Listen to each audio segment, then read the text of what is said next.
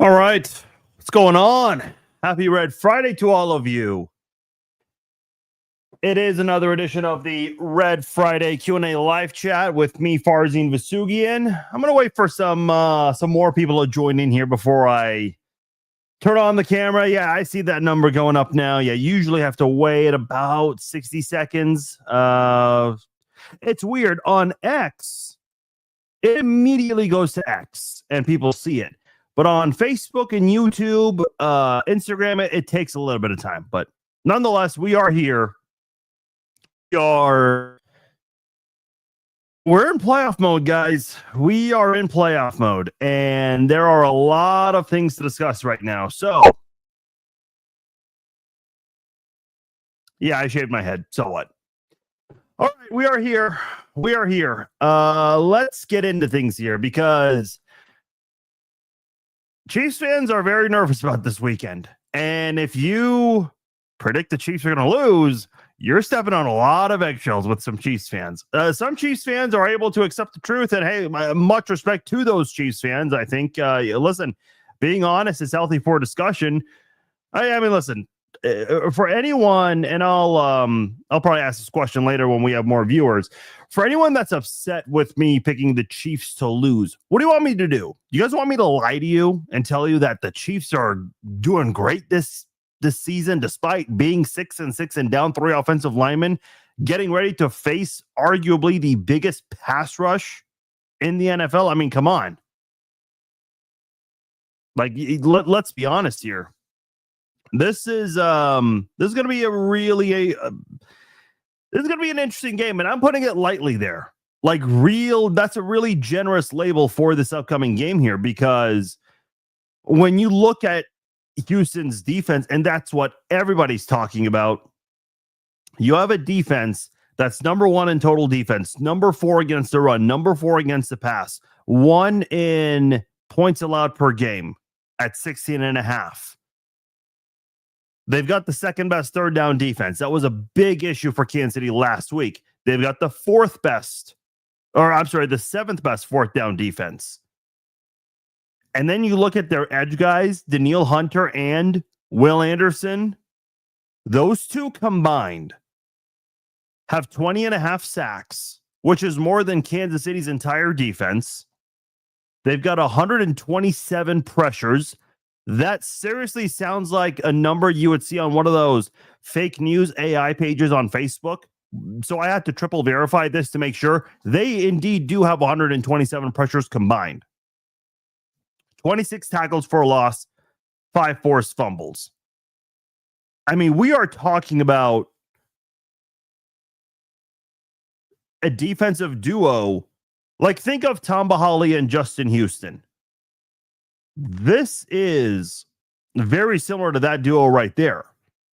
Now, this Texans team has not been consistent this year, though they are starting to play much better lately, and they're coming in hot, whereas Kansas City, they're the complete opposite of that right now.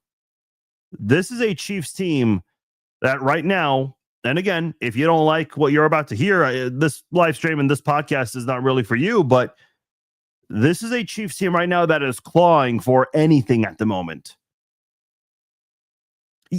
So when it comes to Kansas City right now, they're down Josh Simmons. He's on IR. He might be done for the year.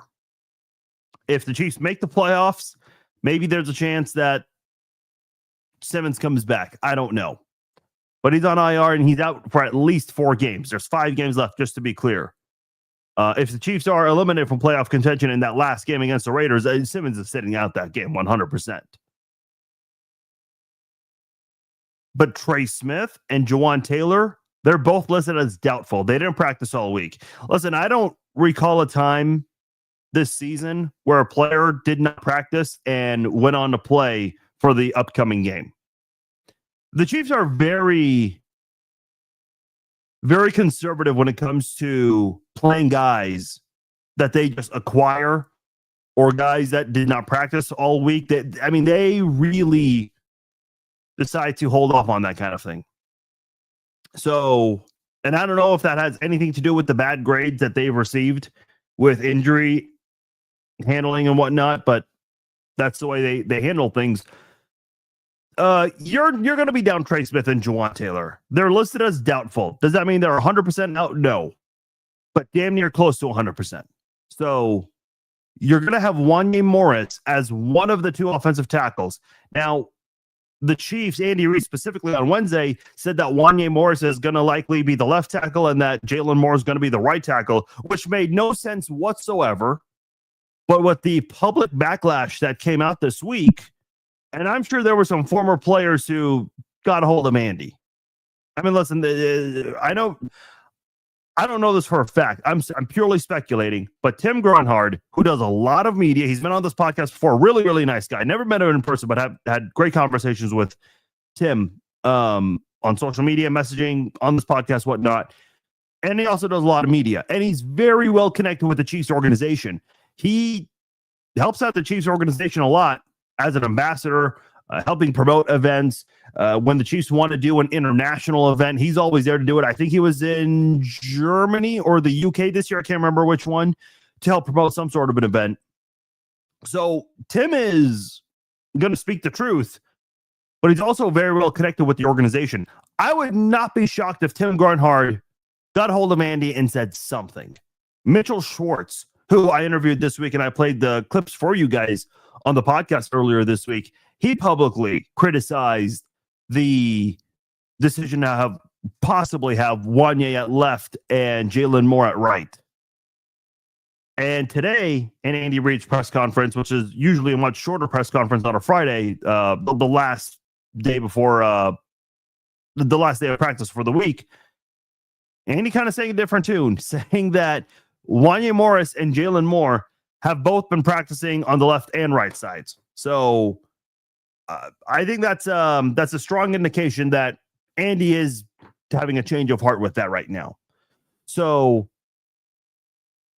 I don't know what to tell you guys. I mean, my confidence level is very low. Would I love to be wrong about this upcoming game? Absolutely. A lot of you guys are saying this might be basically a replay of Super Bowl 55. Yeah, it might be. I'm pretty damn scared of that. So I certainly hope not. And by the way, for those of you who coming in, please comment below with your questions. Let me know your thoughts on anything that is on your mind. Last week we had a 2-hour podcast, or not podcast, but a 2-hour Q&A live chat.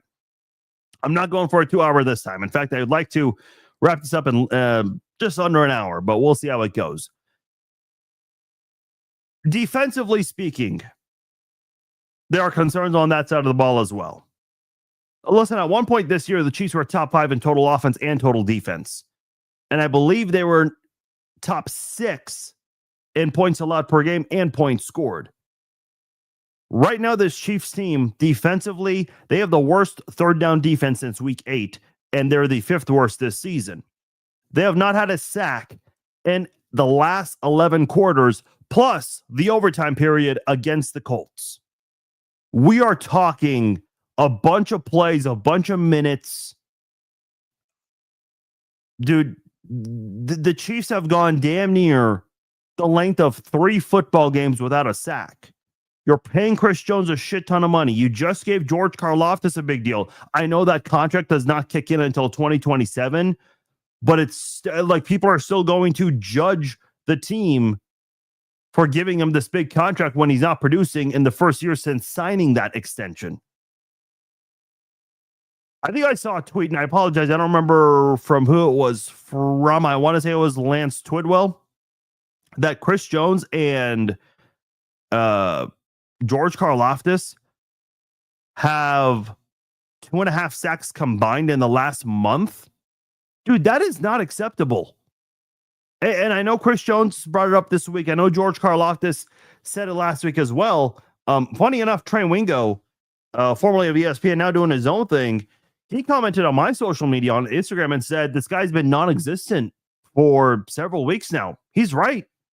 Listen, I still remember when George Karlaftis was drafted, a lot of Chiefs fans criticized that move.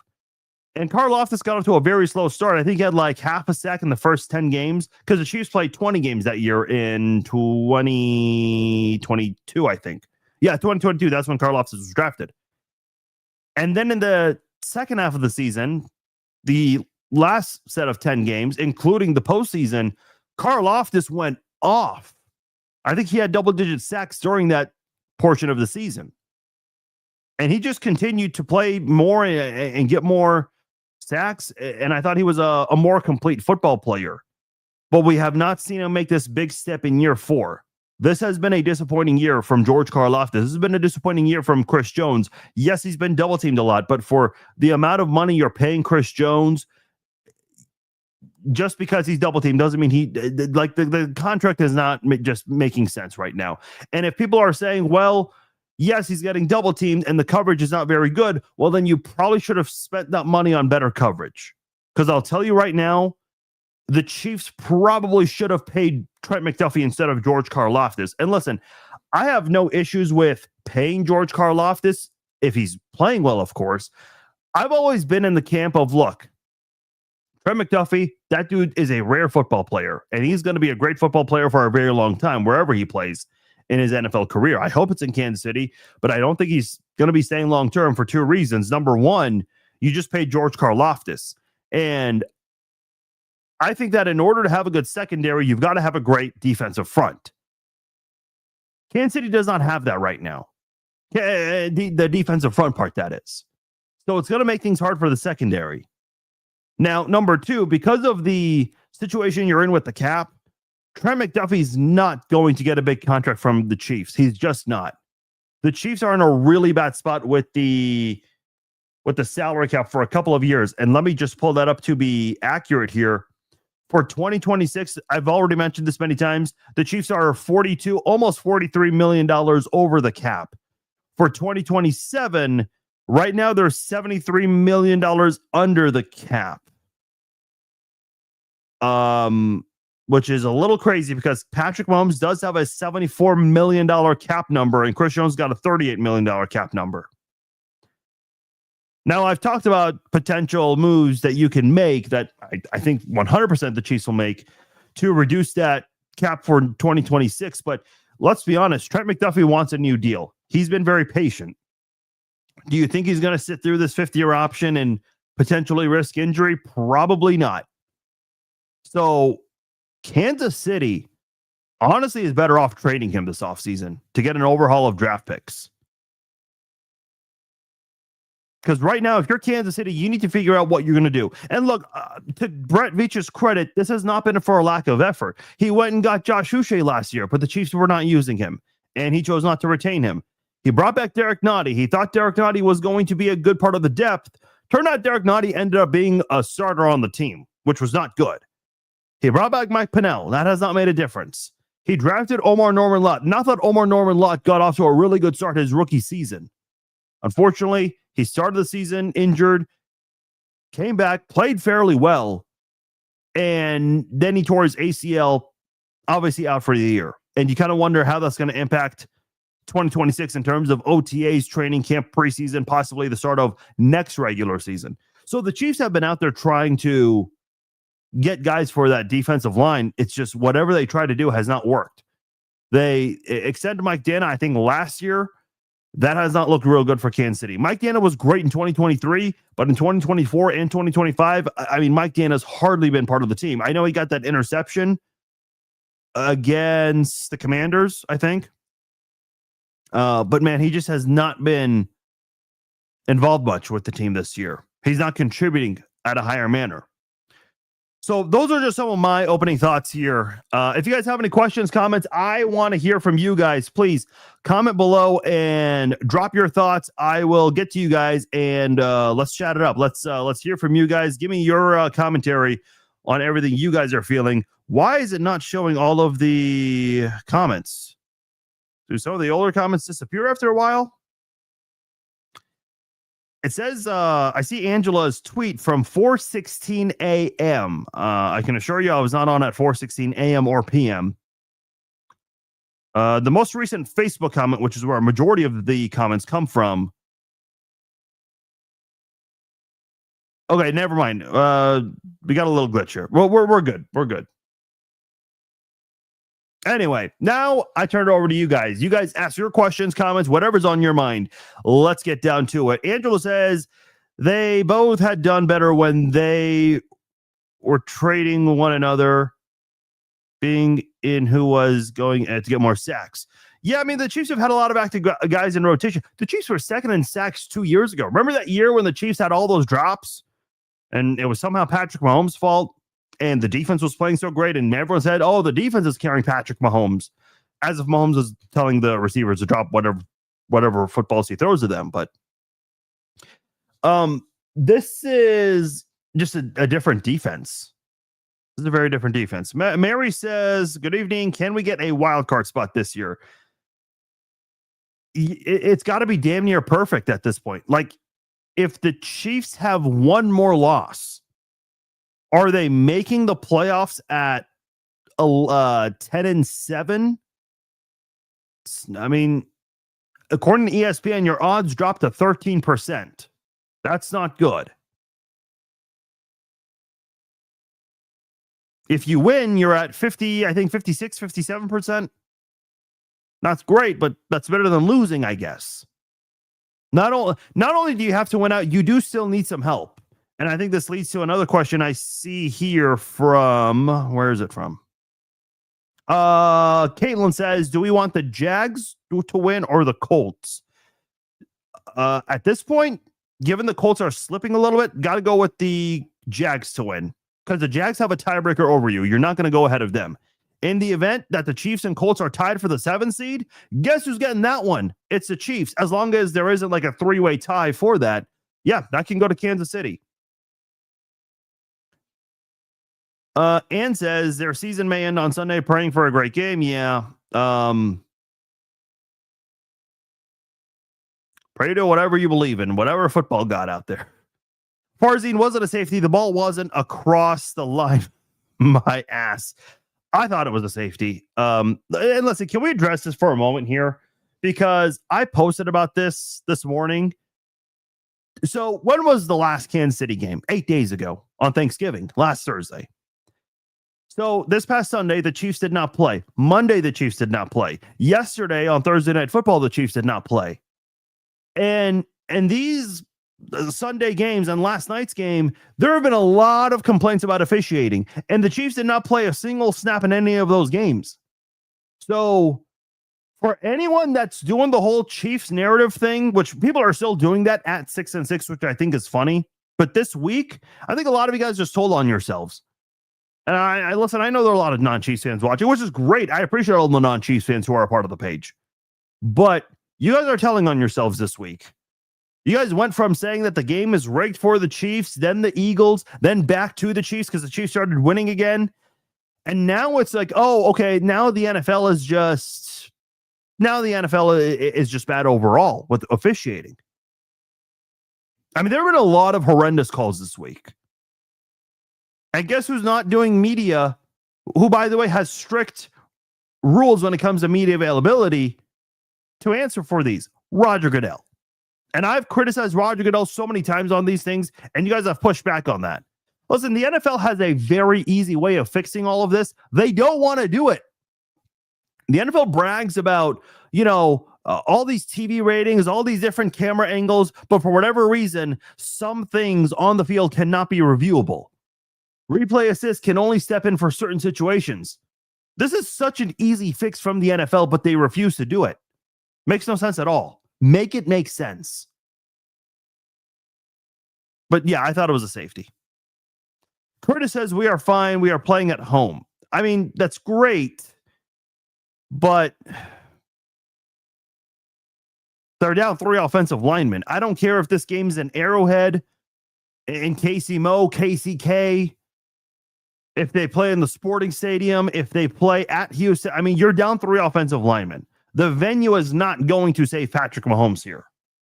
I mean, look, let's be honest here. And I got a lot of pushback for picking the Texans. One of the comments I got is that the Chiefs are going to win because they have Patrick Mahomes. Listen, I love Patrick Mahomes as much as the next Chiefs fan. But if your logic for saying the Chiefs are going to win because they have Patrick Mahomes, I've got terrible news for you. The Chiefs have had Patrick Mahomes all season long, and they're 6-6. I mean, the 6 wins, they had Mahomes, and in the 6 losses, they also had Mahomes.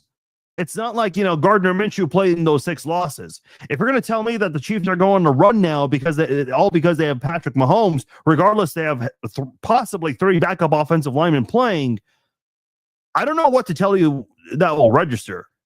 I mean, really, you're kind of sugarcoating and trying to hide from the reality that this Chiefs team might be in serious trouble. They were already in serious trouble before this week. Now it's multiplied by 10. If the Chiefs win on Sunday, this is a Christmas miracle. I don't care that they're favored on the betting lines, which I think, look, I have no idea what the odds makers are doing. I genuinely believe they are playing this game in hopes that people lose money on this. There's no other way to logically explain to me the Chiefs are favored for the Houston game. Down 3 offensive linemen. Well, the injury report came out, and the Chiefs they listed Trey Smith and Jawaan Taylor as doubtful. Now, Jawaan Taylor, I mean, no one's losing sleep over him, I guess, but when your other option is Wanya Morris, I guess Jawaan Taylor, you kind of need him back. Have the odds changed at all? No. The Chiefs are still 3.5-point betting favorites. I have no idea how that's possible. There's no way that's real. Corey says my nerves are shot after this season so far. Let's go Chiefs. Just been spoiled with moms. Yeah, I mean, listen, there are 2 ways of looking at this. If you're on the side of, hey, it's okay. We've won 3 Super Bowls, been to 2 more, been to all these AFC Championship games. That's okay. You are more than welcome to have that opinion. There's nothing wrong with having that stance either. I think that, I think more people, should have that preferred stance, but I don't like to tell you what you should and shouldn't feel. The other side of it, and this is where I lean, is you're 6-6, and the amount of money you're spending, this is what you look like. This is a failed season if you miss the playoffs.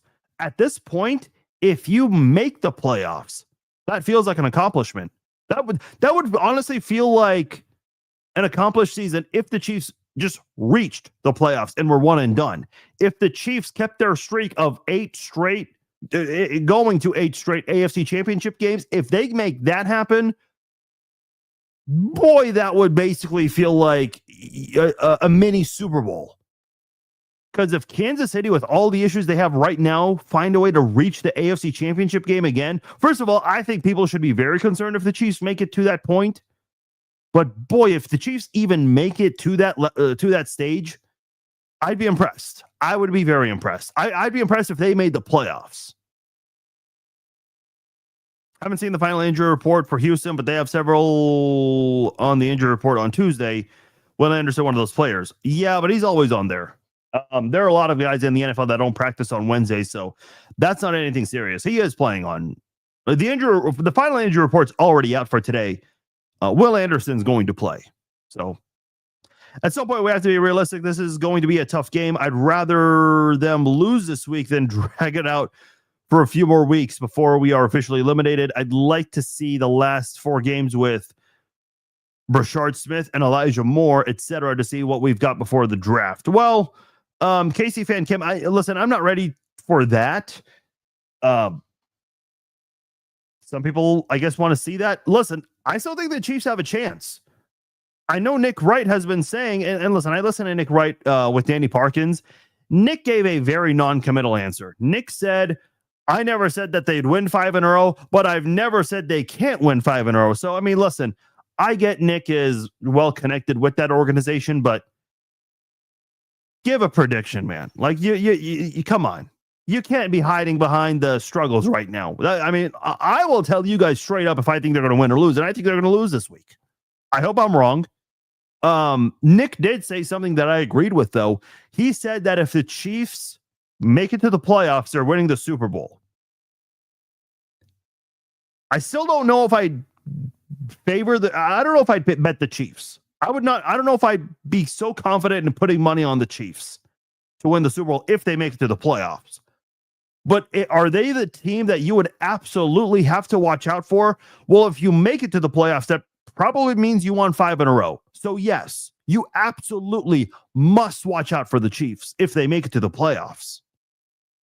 In order for that to happen, though, they've got to win 5 in a row. And you've got some quality teams here.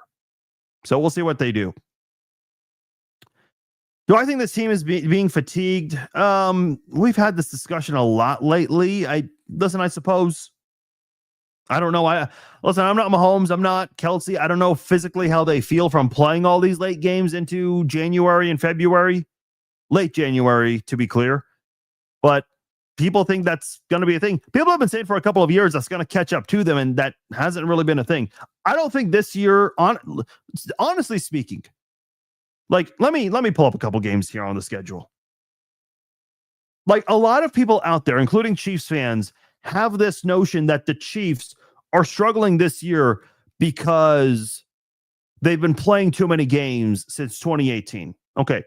In the Denver game, the Chiefs were up 19-16 in the fourth quarter, and the Broncos surged in the fourth quarter to come away with the win there.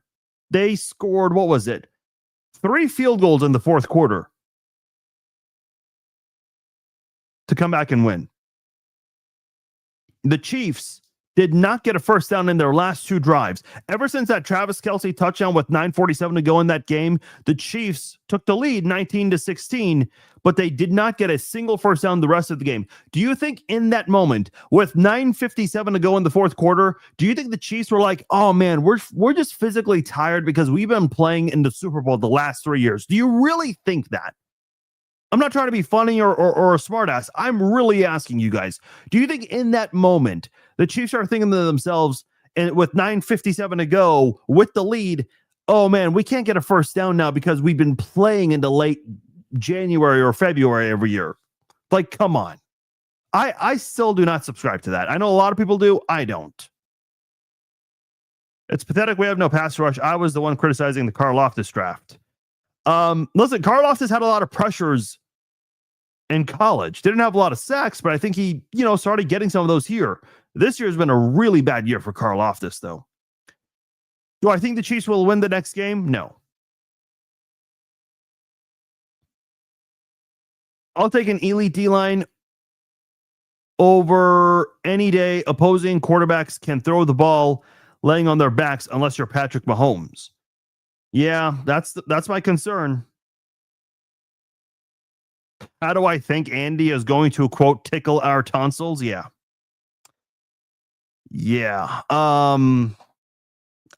We'll find out. Do you want to, like, if I had to give you guys a case as to why I think the Chiefs will win, which I don't, but if that case, dude, you're down 3 offensive linemen. You do not want a repeat of Super Bowl 55 or last year's Super Bowl. Once was enough. Twice was bad. You know how you can prevent that? Run the damn ball. Get under center. But the Chiefs just refuse to do that. I don't know, man. Let's see. We need to keep McDuffie by any means. He can take back George Karlaftis' money. Yeah, if it only worked that way, man. If it only worked that way. I believe the Chiefs will win out. Remember, there was a worse Chiefs team than this via 2022, and they made it to the Super Bowl. I think you mean 2023, Richard. I actually don't think the 2023 team was that awful. They were just hurting themselves by dropping passes in late games, like the Detroit game, the Eagles game. I said to you guys in December, early December, I think it was after they lost to the Bills when Kadarius Toney was offside. I told you guys with pure confidence, and I posted it. It's out there for you guys to go look it up. I said the Chiefs were winning the Super Bowl, and they did. The Chiefs got the 3 seed. They won 11 games. They won the division still. I know it took them until the second to last week of the season to do it on New Year's Eve when they beat the Bengals, but people made it sound like they were barely in position to make the number 7 seed that year.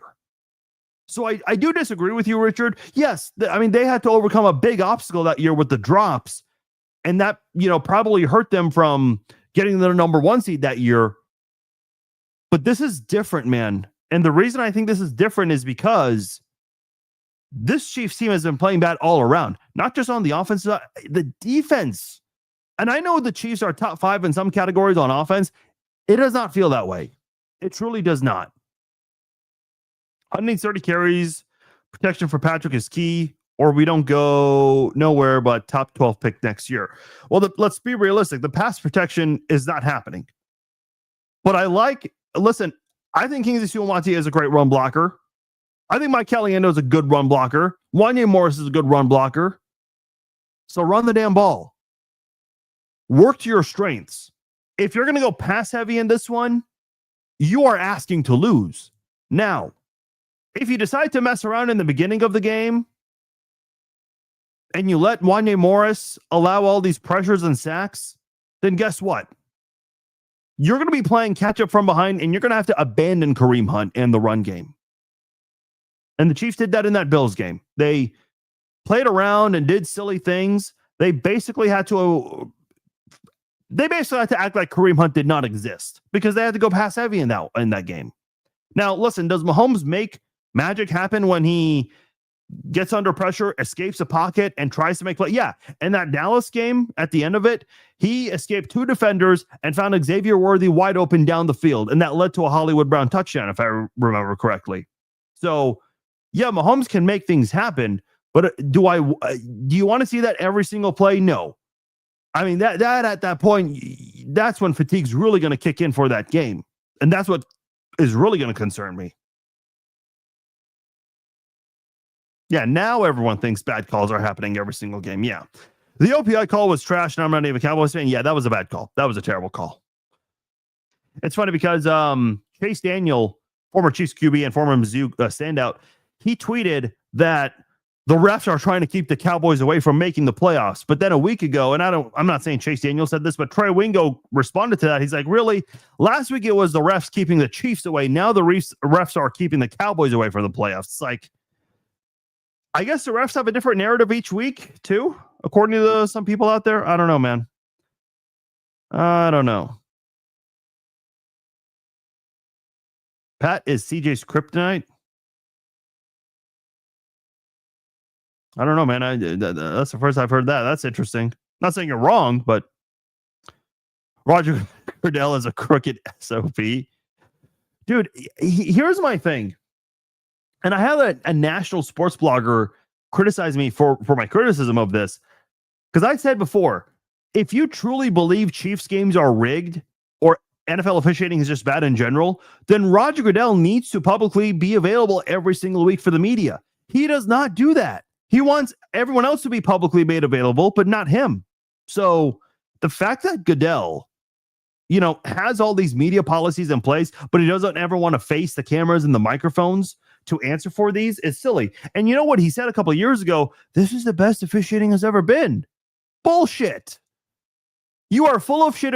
If you really believe that, then why do you have head coaches, assistant coaches, players getting in the faces of all these refs every single game? Are you just going to dismiss your players, coaches, and assistants? I mean, come on. I mean, even owners are out there complaining about the refs. I mean, they try to be discreet about it, but they let it be known. CJ Stroud chokes against Mahomes regularly.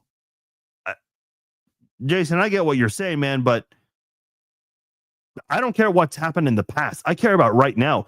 Trevor Lawrence never beat Patrick Mahomes before. That changed this year, man. I'm not saying just because that happened this year that it's going to happen again with CJ Stroud finally beating Mahomes. No. I'm just giving you my prediction based on what's happening this year. That's all. Nothing more, nothing less. Whatever happened last year, it's nice the Chiefs beat them twice, but I just don't see it right now. We're in for a long night. Yeah, probably, but would love to be wrong on that.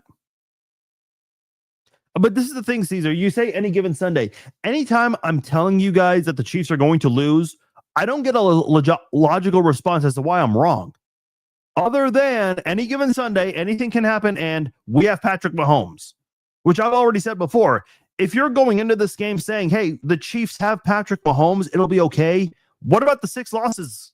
The Chiefs had Patrick Mahomes for those 6 losses also.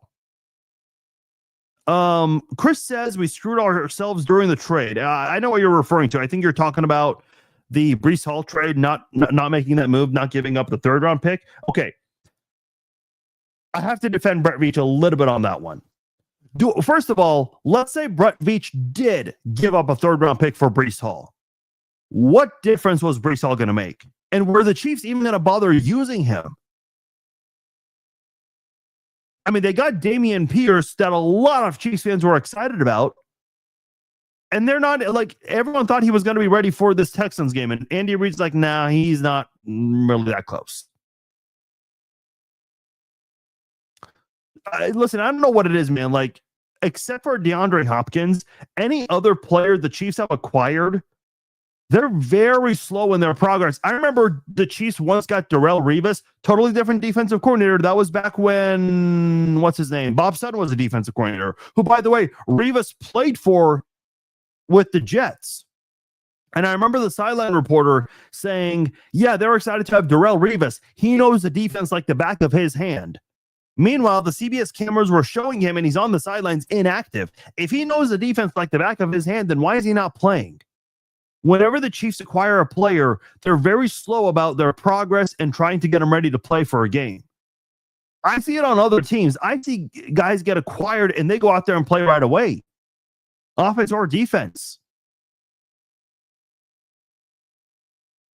So I don't know. If we somehow can win this game, do you think we win out, Chris? No. I would still mark the Denver game as a loss. Again, I cannot, in good faith, and I know the Chiefs were in position to win in Denver, but right now, and I don't know what the offensive line is going to look like 3.5 weeks from now, but I can't look at that game and say, yeah, the Chiefs are going to win on Christmas against the Broncos defense, which is just as good as this Texans defense.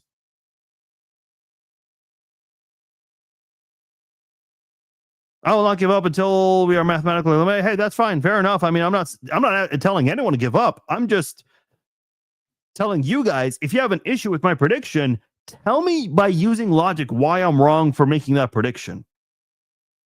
Broncos are 10-2. Chiefs better pray a lot to win out. Yeah, I mean, they need more than just winning out, which is never a position you want to be in. Patrick Mahomes has always been a one game at a time guy. Did you guys hear his press conference after the Cowboys game? He basically let it be known that they've got to win every single game now.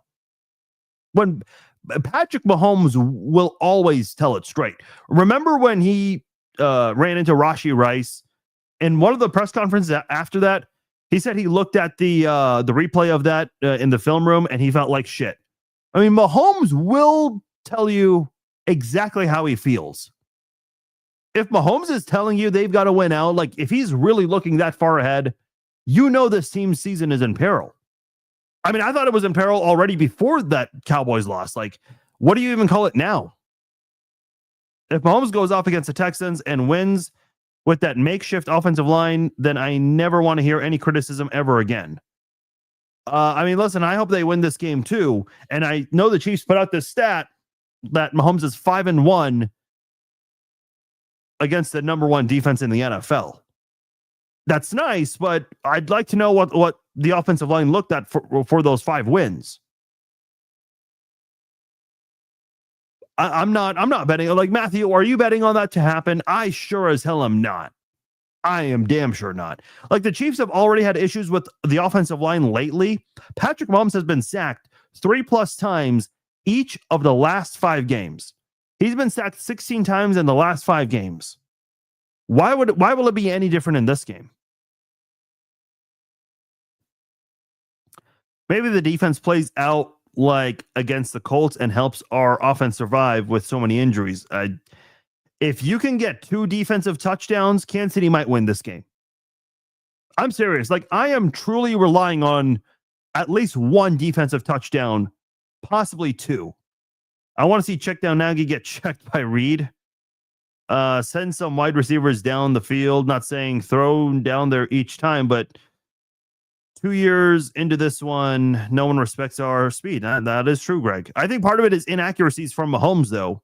I think Mahomes has to bear some of that responsibility.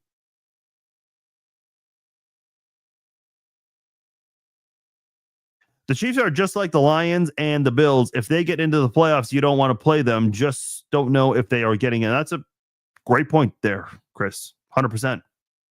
And here's the other thing, too. You mentioned the Lions. Do you know how many sacks the Lions got on Dak Prescott last night? 5. Okay. Do you know how many the Chiefs got the week before on the exact same quarterback? 0. And I saw someone responded to me last night. They said, oh, well, the reason the Lions got it is because Tyler Guyton was out for the Cowboys. Tyler Guyton was out against the Chiefs also. So what excuse was there then? Like, the Cowboys had starters missing on that offensive line. So the fact that the Chiefs have not gotten a sack in 11 quarters plus the overtime period, essentially the length of 3 football games, that is very concerning. And you're paying George Karlaftis and Chris Jones all that money? Yeah. Raymond says running back literally. Yes. I'm with you. I hope the Chiefs run the air out of the damn ball. Yeah, I mean, you do that, then you can open up the play action. I don't know what's going on with the under center stuff too, why we're not seeing much of that. I know Isaiah Pacheco was asked today, do you like the runs better when they're under center? And Pacheco gave a very non-committal answer, was like, yeah, we'll run them, whatever is called, we'll do. Which, listen, I respect that answer. That's a very PR answer. You're not going to give away schematics. But I still thought that was a good question by whoever asked it in the media room. Bob says, I honestly think the Chiefs lose this game. Unfortunately, we are a patched up line. That's true. No production, no pass rush, no running game, safety hurt. Yeah. Yeah, Brian Cook right now hurt. Yeah, we'll see how that impacts the Chiefs moving forward.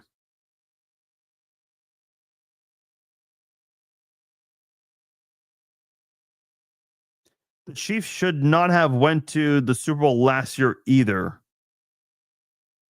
I mean, they did, though.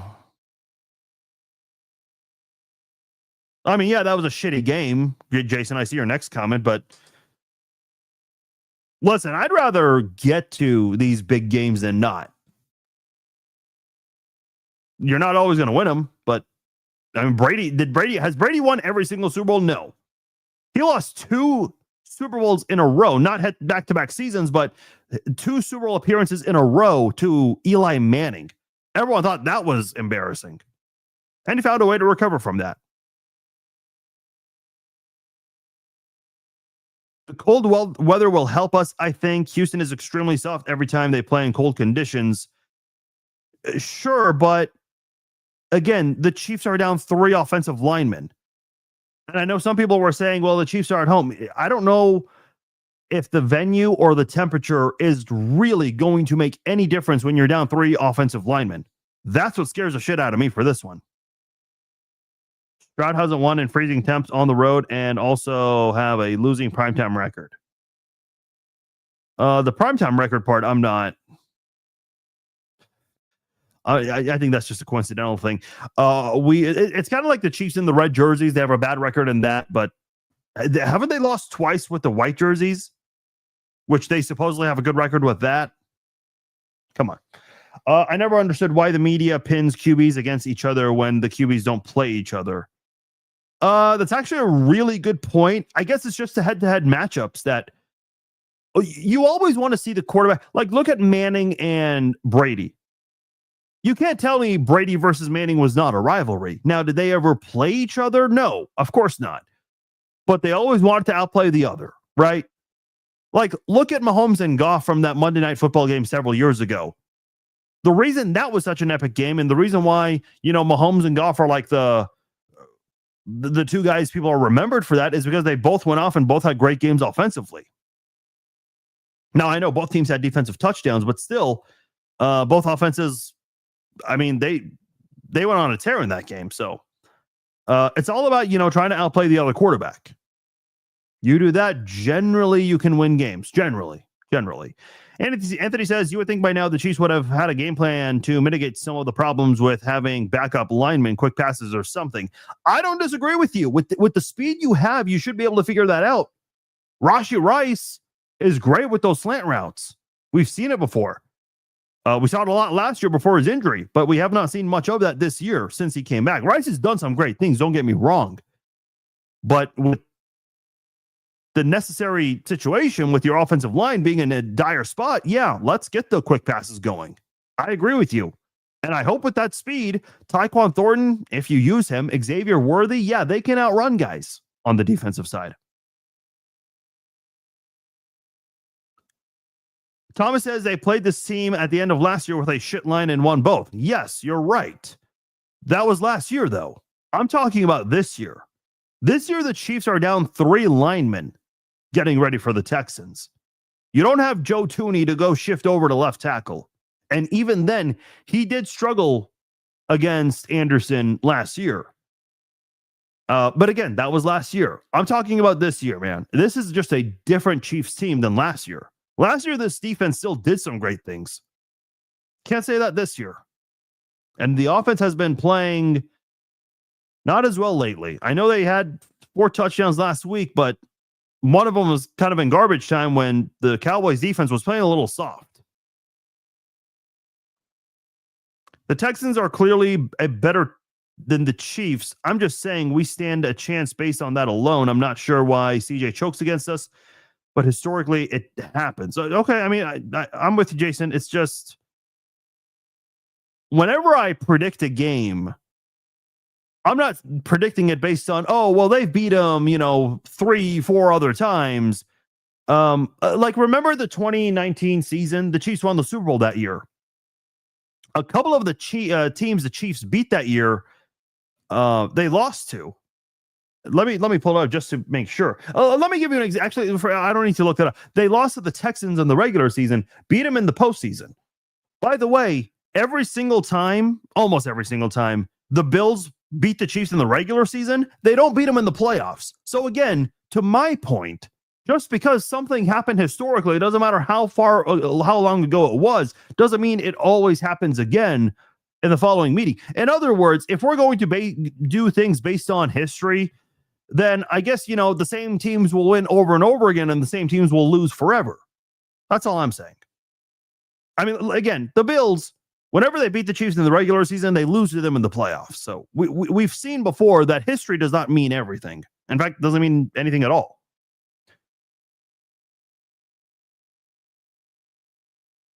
Hall definitely would have made a difference. But yeah, listen, I'm a big fan of Breece Hall. I've always liked the guy. But would the Chiefs have utilized him is what I'm asking. The Chiefs traded for a really good edge guy in Josh Uche last year and didn't use him. So just because the Chiefs get a guy doesn't mean they're going to use him. Plus, I didn't finish my point, by the way. I think Brett Veach's other thing was he does not want to use a 3rd-round pick on a rental. If he won the Super Bowl, sure, would have been worth it. But with the salary cap situation and Breece Hall due to get his first ever veteran contract, he was not coming back to the Chiefs. No way. Denver is not going to play their starters for the Christmas game? I mean, if Denver's putting backups in there, yeah, I guess Kansas City has a chance.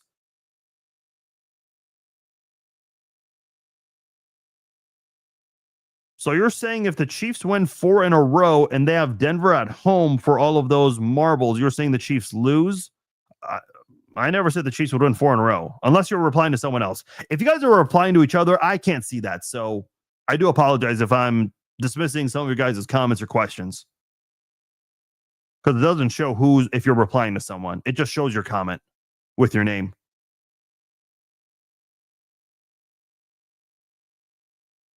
Football is a team, best team sport. Chiefs aren't playing as a team this year. That is a fact. I agree. I was on a podcast earlier this week, and I mentioned, yeah, the Chiefs aren't playing like a cohesive unit this year. Erica says, I really think if Pat doesn't hold the ball and uses his feet and we run it, we win this. I do think Patrick Mahomes is going to have a lot of scrambling yards in this game. Do I think that will be enough to help you win? I don't know. I got a tweet the other day. Someone said earlier in the season at the beginning when Mahomes scrambled, that helped us. I don't know what data that person was looking at because the Chiefs started the season literally 0-2. Was Patrick Mahomes making things happen with his feet? Yes. Did it lead to wins at the end of the day? No, it did not lead to more points on the scoreboard. We're undefeated against AFC teams at home since Christmas 2023. That's nice. I mean, again, that doesn't mean anything to me right now, though, Matthew. Is it awful to ask if the game is at the very beginning of passing read by? The horrible and stale play calling tells us it might be within eyesight, happens to every coach at some point. See, people were saying this during the 0-2 start. Now, I'm like, wait a minute, guys. We just came off a season where the Chiefs appeared in their third straight Super Bowl. Yes, that Super Bowl sucked from a Chiefs fan standpoint. But is their game passing read by? I don't know, man. Like, I do agree with you, though. Like, you use the word stale. I use that word, too, on Wednesday's podcast. The offense has been very stale. For a team that's, top 5 in some categories, and let me just bring them up to be sure, they are 15 yards per game.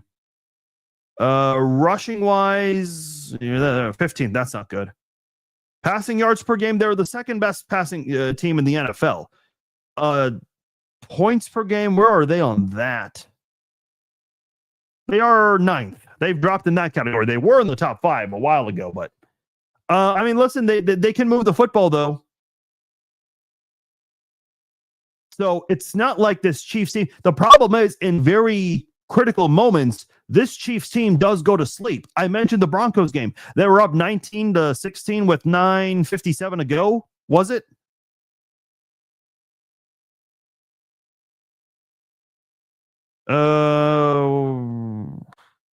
Yeah, 9:57 to go. And they did not get a single first down the rest of the game. Broncos got 2 field goals after that, and that was enough to win. That's what makes it frustrating, is that they look like a serious threat. Before the bye week, didn't Julian Edelman say this is the scariest team in football? And I agreed with them. Do the Chiefs look like the scariest team in football since that comment was made? Hell no. They've lost 3 of their last 4 since then.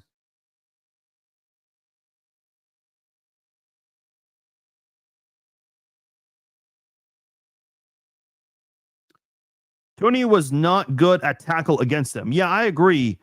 But he did better than what Wanya Morris would have done, or Kingsley Suamataia. I mean, listen, I don't mean this with any disrespect, but Wanya Morris and Kingsley Suamataia at left tackle were turntables for edge rushers. I mean, they just were.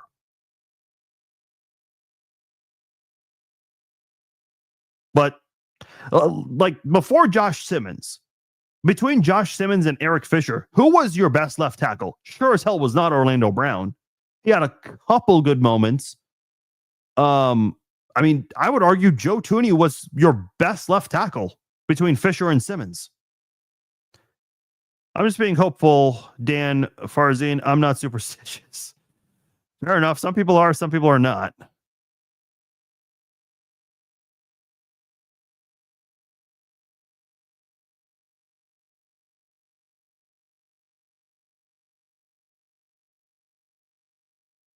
I mean, Thomas, you tell me. They're down 3 offensive linemen right now. I don't care how cold the game is going to be. I have serious concern. And I don't expect the Texans offense to do a lot of great things either. You guys heard my score prediction this week. That's not a good offense. I actually fear Davis Mills more than I fear CJ Stroud.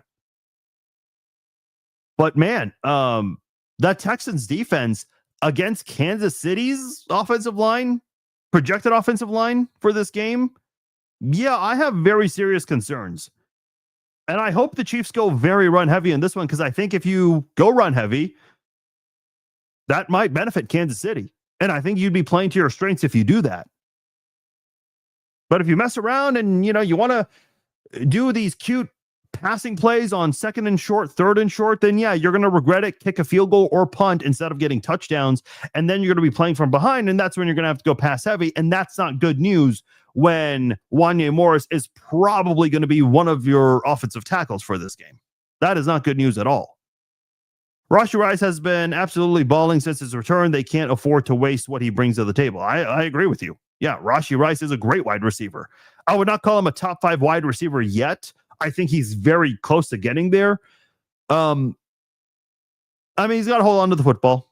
Yeah, I mean, he had an unfortunate moment in the fourth quarter of that Cowboys game, but that was not the only issue. There were a lot of issues in that game.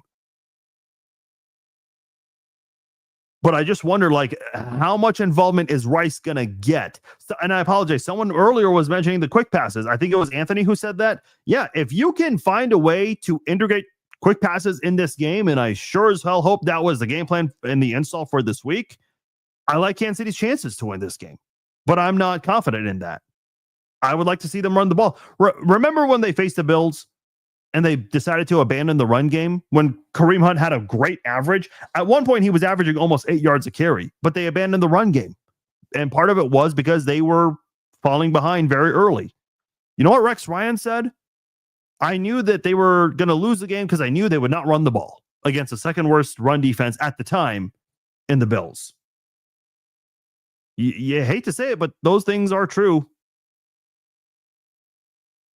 I agree with you. I mean, I'm not going to I don't want to sound like a broken record, but for God's sake, get Tyquan Thornton involved more, please. With that guy's speed, you can do so many great things, and we're not seeing it right now. I only ask because the play calling is horrible, stale, the coaching isn't as good. Listen, I don't know what's going to happen this year, whether the Chiefs make the playoffs or not, but here's what I will say. Let's say the Chiefs do miss the playoffs, and even if they barely get into the playoffs, dude, this season's been a disappointment. And if there are no changes with the coordinators this year, specifically offensive and special teams coordinator, I don't have any confidence for the following season either. I mean, listen, we talked about the wide receiver. I've been talking about the wide receiver trio. Some of you guys were not confident in that. And I've been talking about how we need to see that. Now, statistically, they've been doing good things, but we're not seeing it on the stat sheet. And with the game on the line in Denver, they never found a way to pick up a first down in the last two drives. So that certainly concerns me. Do I think if Rice had not been suspended, we would be in this situation by now? It's a fair question. And I'm not a fan of these kinds of questions because it is a hypothetical. But if Rice was not suspended, if he didn't get in trouble, maybe. I mean, all of their losses have been one-score games. So if you had a receiver like Rice in that Eagles game or the Chargers game, would that have made a difference? Possibly. I'd like to think so, but it's not something we can dwell on too much. Dude, Thomas, I have my opinion, dude. If you don't like my opinion, dude, we're just not going to agree. We can agree to disagree. You're not going to convince me any differently. I'm picking the Chiefs to lose, and if I'm wrong, I'll tell you guys I'm wrong. I said the Chiefs would win 15 games this year, and I've already told you guys that was dead-ass wrong and foolish of me. So, dude, you just have your opinion, and I have mine, man. If that's an issue with you, I don't know, man. You can click the X button on this live stream for all I care. I think we have had back-to-back games with no points in consecutive quarters. That sounds like it would be accurate. I mean, the Cowboys game was kind of concerning because the Chiefs, on their first two drives, they made it look very easy. First drive of the game, they get an interception, quickly cash in with a touchdown. And then on the other drive, it was a longer drive, but they made it look easy, scoring touchdowns on those two drives in the first quarter. Then in the second quarter, what was it? 109 yards of total offense the first quarter, 45 yards the second quarter. And they had the same number of drives. Again, those last two drives against Denver, you had a chance to put the Broncos away, and you didn't. And I think that's been the start of this downfall this season. I think Wanye was fighting an injury last year when he was failing. I mean, listen, he played the year before that and wasn't really good either. I'm not trying to dismiss if he was injured or not, but I mean, he just has not been very good. I want Marty Ball, man. Marty Ball with the 2018 offense. Yeah, that'd be something.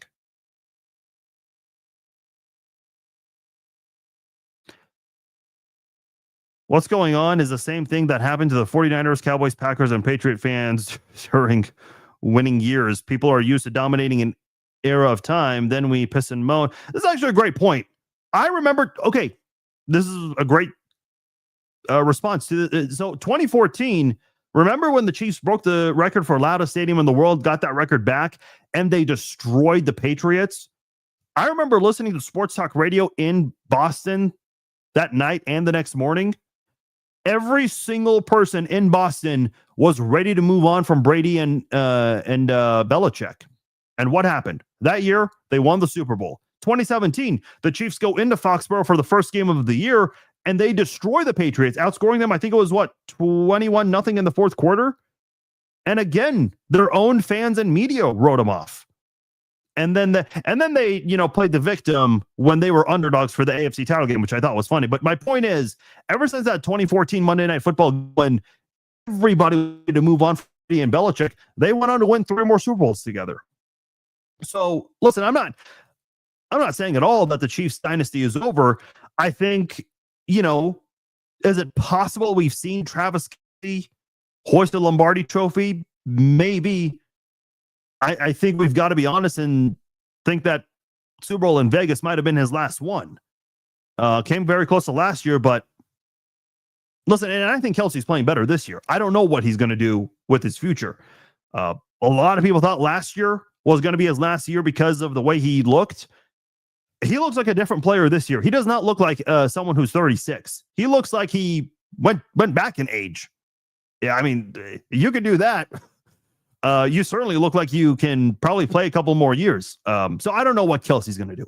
But even then, I don't know if Kelce's going to play more with his age. And by the way, the Chiefs have salary issues for next year. So I don't even know how affordable Kelce would be. You can only hope with his fiance's money, he'd be willing to play from the goodness of his heart. But I don't think anyone's willing to do that in the NFL. So remember, didn't Karl Malone play for absolute league minimum one time for the Lakers because he just wanted to win a championship? You're hoping for that at this point. All right, I'll read a few more comments and then I'll get out of here. Tickle our tongues. Yeah, that's been, dude. The national media has had a lot of fun with that this week. Kareem Hunt, in my opinion, has been solid this year. So much for him. I agree with you. And listen, Kareem Hunt, he's not been, Saquon Barkley, Derrick Henry, Jonathan Taylor, James Cook. He doesn't have to be.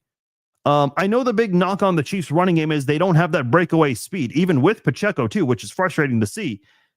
But Kareem Hunt's, ever since his return to the team, and you're not going to ever see it on the stat sheet with Kareem, but he's done a lot to lift this offense when they really needed it. And they ran the ball a lot last year because they had a lot of guys injured. They're not doing that so much this year, but man, I just hope they figure it out. You shouldn't have issues. Oh God, Thomas, you're driving me crazy, man. You shouldn't have issues with people having a different opinion. I don't.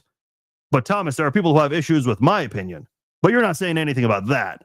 I don't have an issue with your opinion. I'm just telling you that I think you're wrong. So, and you guys know me. I'll always let you guys know if I'm wrong. I already told you guys I picked them to win 15 games. That looks like a dumbass pick at this point.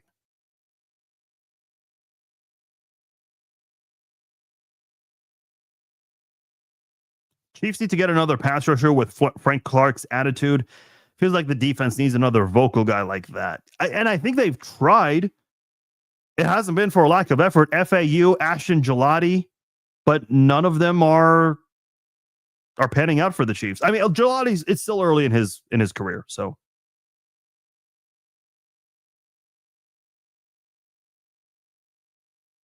I really wish they had Omar Norman-Lott this year. I was really excited about that pick.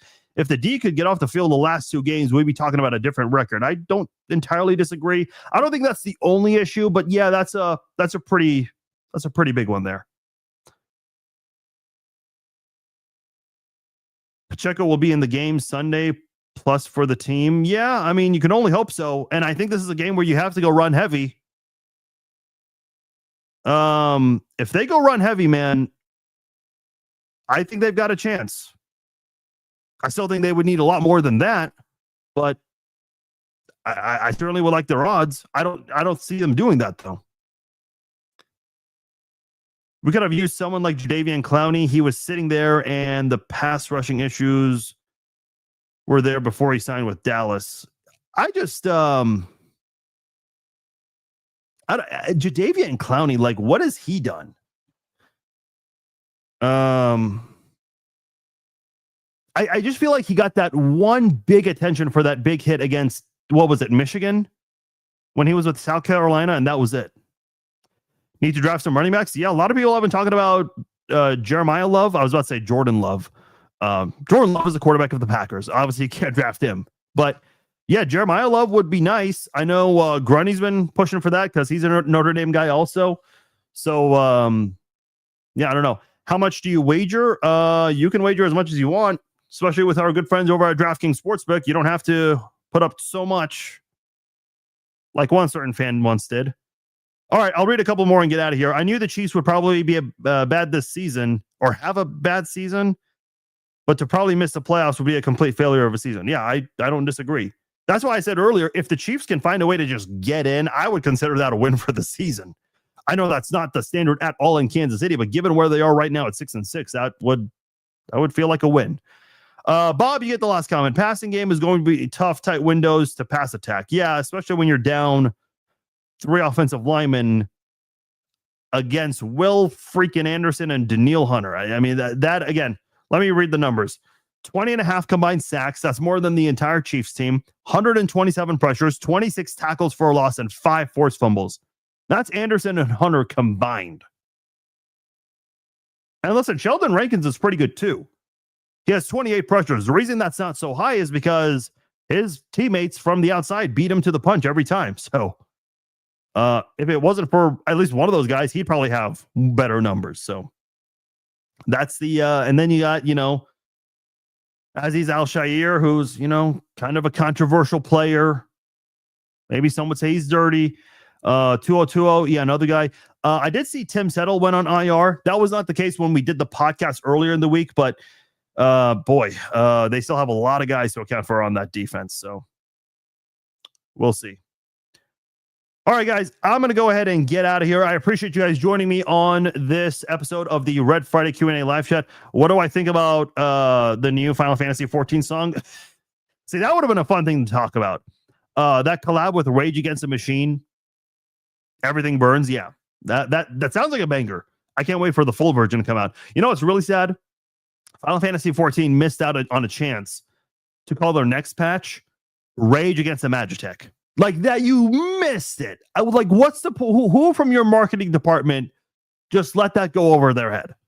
That should have been the next name of their patch, Rage Against the Magitech, but it's not up to me, I guess. All right, guys, thank you again for joining me for this episode of the Red Friday Q&A live chat. I will be back on Sunday, 10 a.m. Central Time. We'll do the pregame live chat. At halftime, we'll do our halftime live stream. It'll be about 11 to 12 minutes. And then after the game, we will do the Chiefs Zone podcast live. It'll be a late night game, but I know win or lose, there will be a lot to discuss. So join me afterwards. I'll have the link for you guys to call in. So please join us for that. Call into the show and we will chat up after the game. I appreciate you guys once again for joining me. I will talk to you all on Sunday for the game. Have a great weekend.